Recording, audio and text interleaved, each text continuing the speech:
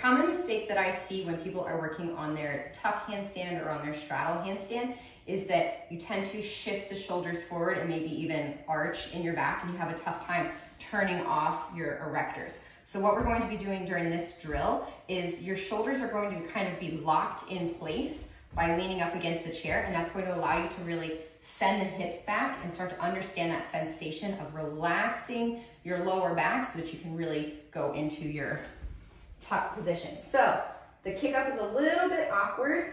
Right now I have my hands splitting the legs so that way my shoulder can be stacked straight over my hand. I don't want to have my hands out in front because then I'm going to be leaning my shoulders forward, which kind of like negates the whole purpose of the exercise.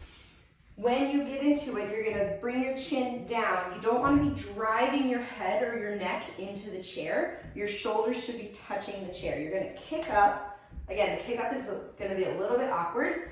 Once you get up there, you're going to support on your shoulders and you're going to really allow the hips to sink backwards as you go into your tuck position. So you can just hang out here, get used to the sensation of having those hips behind. You should be able to easily go back and forth, very relaxed between your tuck and your straddle shape. If you're having a tough time getting upside down for this drill, what you can do is set up a second chair so you can step up onto it. So again, setup is the same.